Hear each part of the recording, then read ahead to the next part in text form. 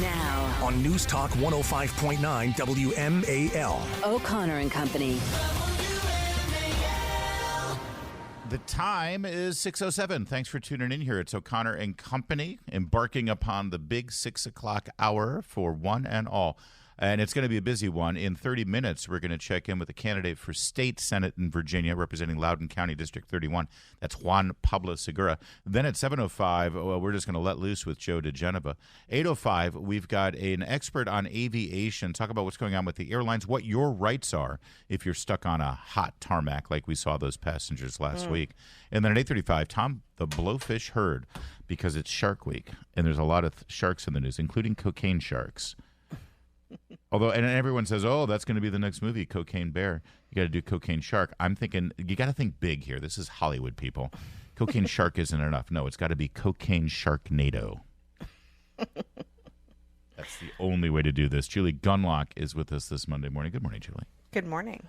What a great weekend it was, too. Was it beautiful weather? Did you do grilling and barbecuing and cookouts and all those? Yeah, and Darren went to a game yesterday at Nats Park. Yay, go Nats. Oh, and they got a sweep on the Giants, yeah, on the deadbeat dirtbag Giants. That's fantastic. So that was fun. Yeah. Excellent. I did some grilling. It was my first time back on the Weber after I had that that grilling accident that we talked about, where I had to step on a hot coal without the benefit of Tony Robbins. Did you wear closed-toed shoes this time? I did wear closed-toed shoes. My blister is finally healed. I don't have a gaping hole in the bottom of my foot, which is fabulous. And I grilled a chicken, and I grilled 2 slabs of ribs. Nice. Not all at the same time. And you sent us pictures. It was.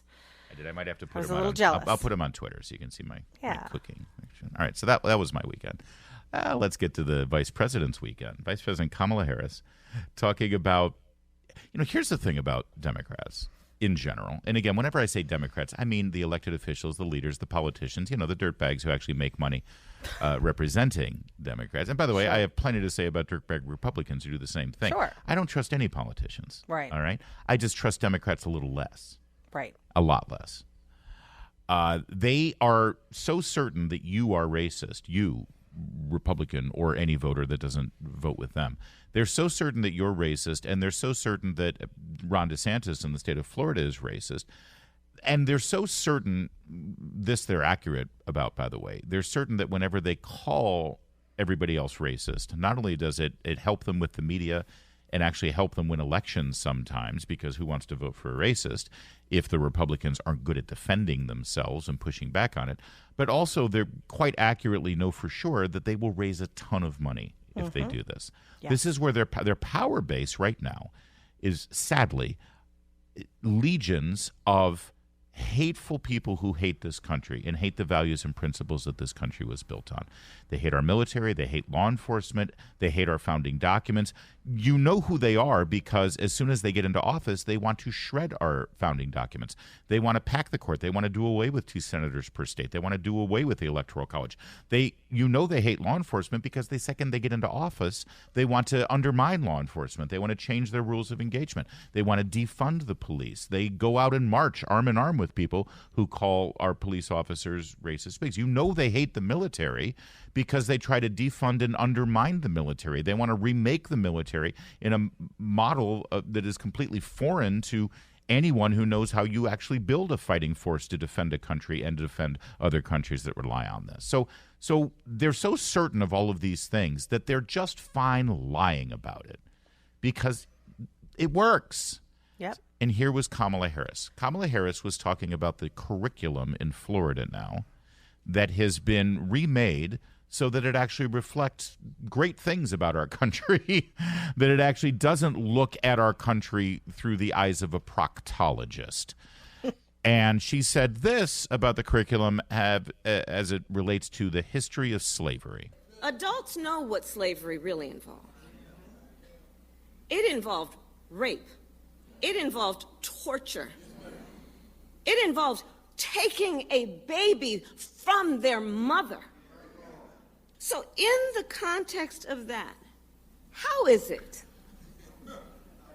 that anyone could suggest that in the midst of these atrocities, that there was any benefit to being subjected to this level of dehumanization?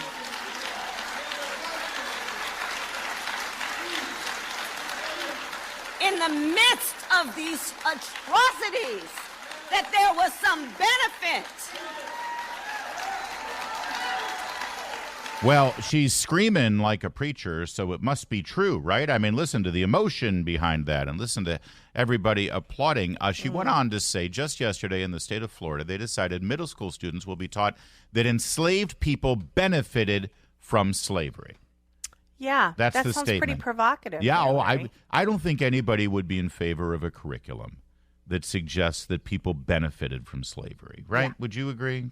I agree. Yeah. I agree. And the reason why I'm confident to say that is because, first of all, that's rational, it's normal, it's moral, it's appropriate. And also, Kamala Harris is lying. That's not what the Florida curriculum says, not in any way whatsoever. Kudos to Charles C.W. Cook, who is the online editor for National Review. He does good work. I don't always agree with him, but guess what? That's okay. We don't have to always agree with each other. But in this case, he did an incredible investigative reporting job going through the entire curriculum that Kamala Harris is talking about. And he looked at every single aspect of the curriculum. And it is just I'll read Charles's word. This is a brazen lie. It's an astonishing lie. It's an evil lie. It's so untrue, so deliberately and cynically misleading that in a sensible political culture, Harris would be obligated to issue an apology. Instead, NBC confirms that she will repeat the lie today during another speech in Jacksonville. Yep. I've been trying to work out how best to illustrate the sheer scale of Harris's falsehood, and I've come to the only conclusion that the way to achieve it is to list in one place all the relevant parts of the course about which she is complaining, which is exactly what he does. He copies and pastes every single aspect of this middle school curriculum into this one document. It is an incredible Very thorough piece of journalism here. And the one thing, apparently this is what Kamala Harris is referring to. There are, I believe he said 100 and, hang on, there are 191 items that talk about slavery. The word slave is used 96 times, slaves 23 times, slavery 45 times. He searched it all and documented. He pulled out each line in order in which they appear, which is largely chronological. And the one thing that she is referring to when she says, this curriculum says that people benefited from slavery, all it says is that during the course of the years in which Africans were horrifically enslaved in this country, they did learn job skills. Or I don't even see they acquired skills. Not job skills. Here it is.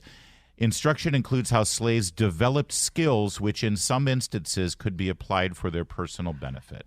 In other words, they learned agriculture. Yes. They learned leatherworking. They learned iron trades. How to cook. Yes. Right. They did. I mean, that is an absolute fact. But there's no moral equivocation for slavery. They're not saying, well, they're better off that they were enslaved. They're better off that they were dragged here on ships against their will. No one is saying that.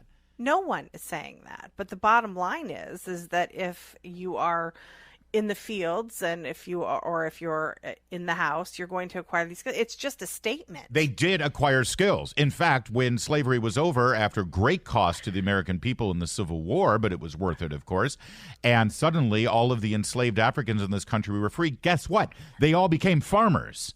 Yes. They got 40 acres and a mule. Or paid in-house or servants of some kind. But the point is that they were able to acquire these jobs. But again, outrageously deceptive. This is 191 items strong, the list. One item says something that they acquired skills. If you're a cynical jerk, you could interpret it. Or if you hate this country. Yes. And you think that everything about this country is evil and wrong.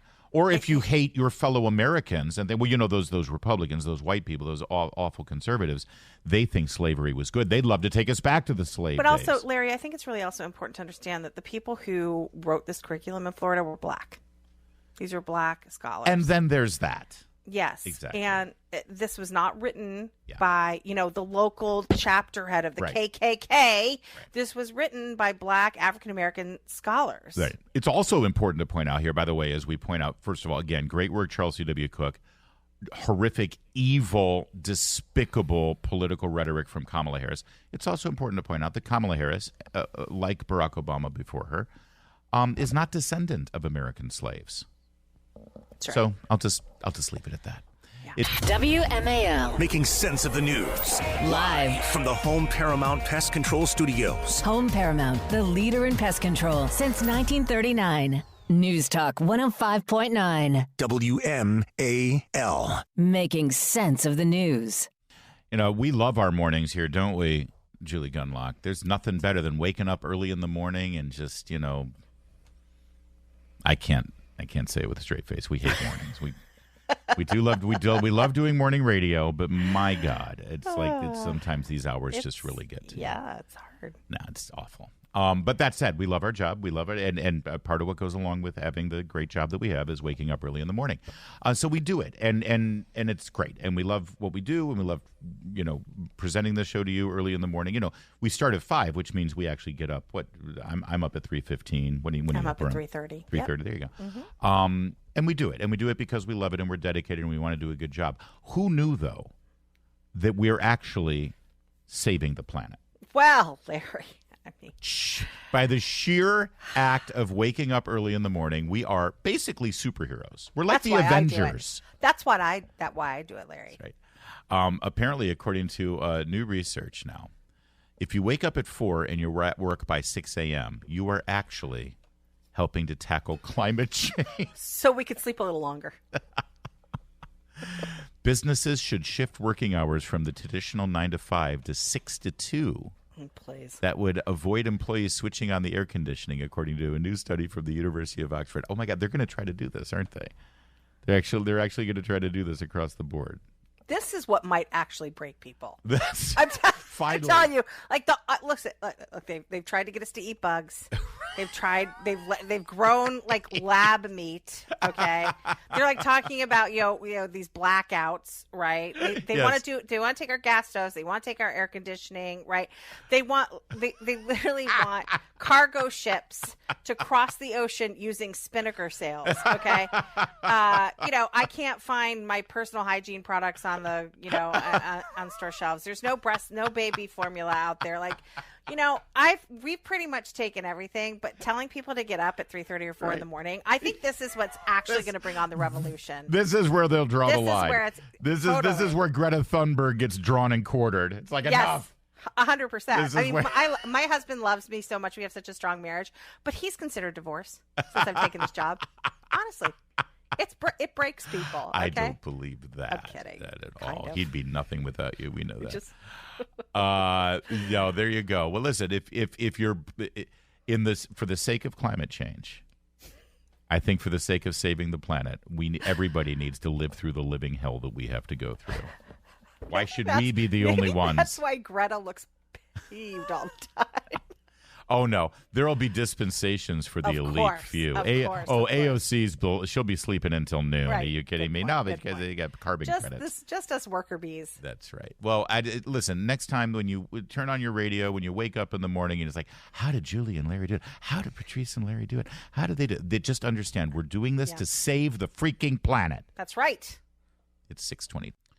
Well, we want to applaud some heroes in the D.C. Fire Department today, because yesterday they had to respond to everybody's worst nightmare if you ever ride Metro in D.C., especially if you have to take the elevator up or down. When the escalators aren't working, that's a lot of flights of broken escalator to have to walk up. Like DuPont Circle, that's one of the deepest ones, right?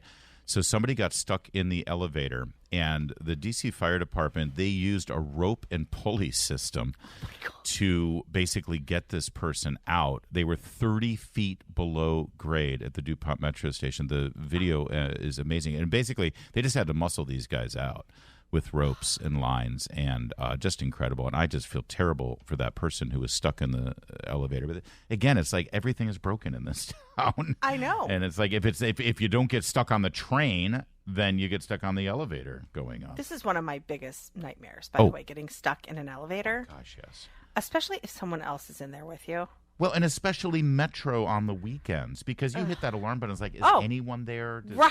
Is anyone listening? right? Oh, terrifying. Well, it's horrible. also scary to think that elevators are not working properly. Yeah. Thank you. They are suspended in those little tubes. Special operations personnel used Arizona Vortex device and a rope system to get the person into a harness that they eventually lifted to safety. So basically, they had to put this person in a harness, and then they came out the escape hatch in the top of the. Can you imagine? The whole time, the person's thinking, "Is that elevator going to start working again and squish me?" Thank you. Oh no, it's nightmare stuff. It's 6:30 coming up. Candidate Juan Pablo Segura for state senate in Virginia. WMAL-FM, Woodbridge, Washington, a Cumulus media station.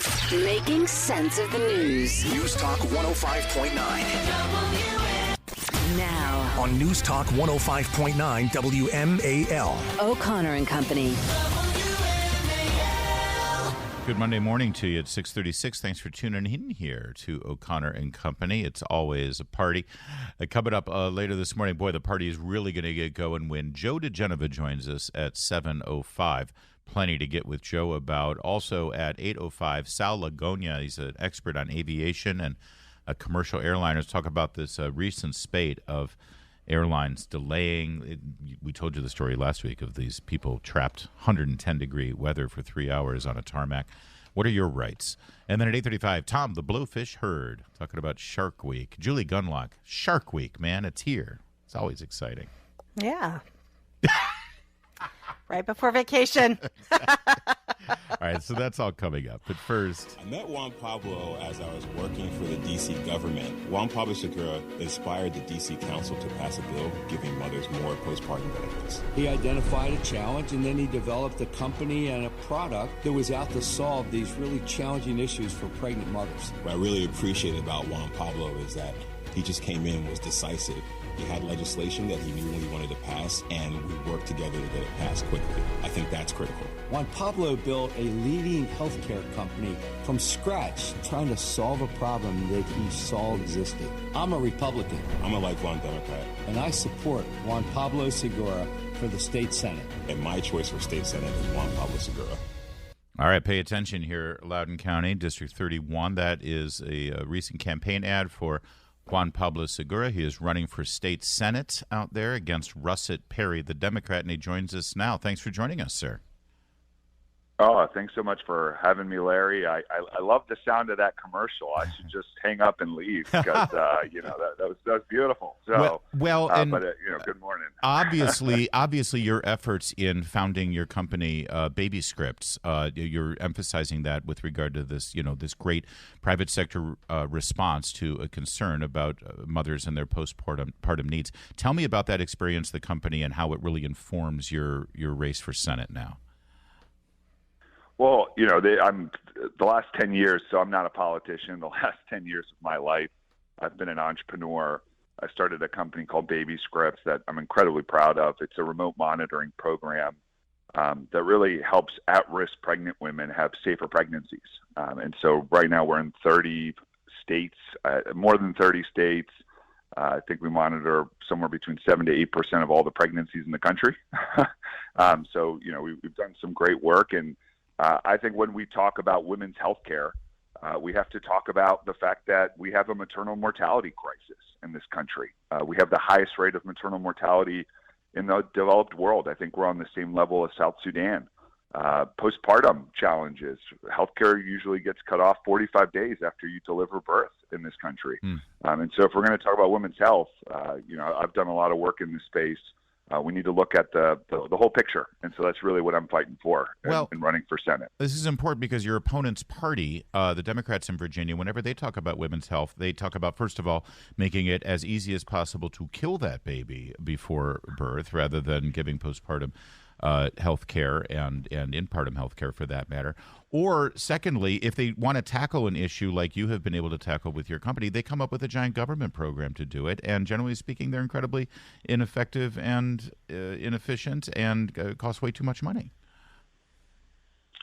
Yeah, absolutely. And so, they're a one-issue party. There's so many more issues that we have to focus on. And that's really at the heart of my message.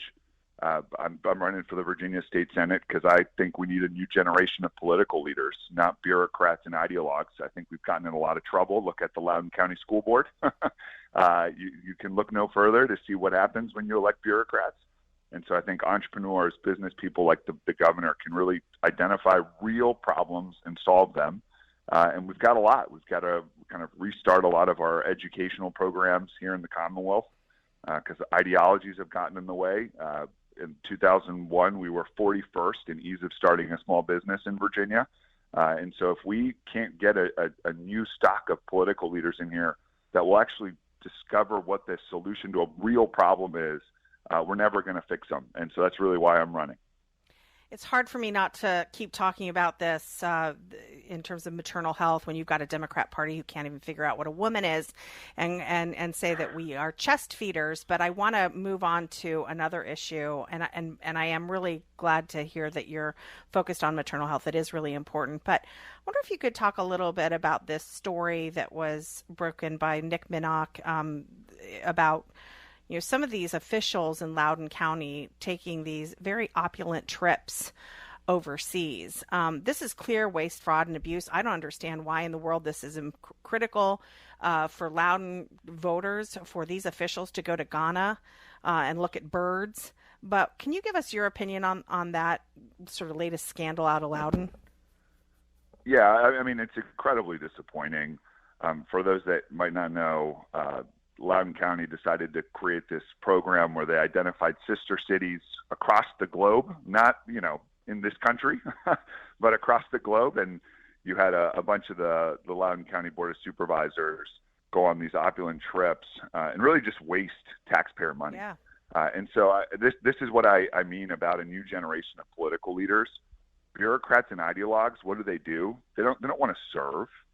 Right? What they want is they want to enrich themselves. Yes. They want to take advantage of their power and they want to abuse it. And so we're just seeing that, whether it's at the Board of Supervisors, we're seeing it with the school board in Loudoun County, a school board that doesn't listen to parents and instead goes on these crazy pet projects like redo every bathroom in Loudoun County for $200 million. And then what they do is, I've been in these school board meetings, they then do a separate PowerPoint presentation and say, well, we're going to have to raise taxes next year, so we're going to make sure that we recommend to the Board of Supervisors that we're raising our property taxes again because we don't have enough money. Yeah. And so it's just one thing after another, and that's why we need change and to me, political renewal. And so that's really what I'm focused on. Juan Pablo Segura is running as the Republican candidate for Virginia State Senate, District 31, which is Loudoun County, a good portion of Loudoun County.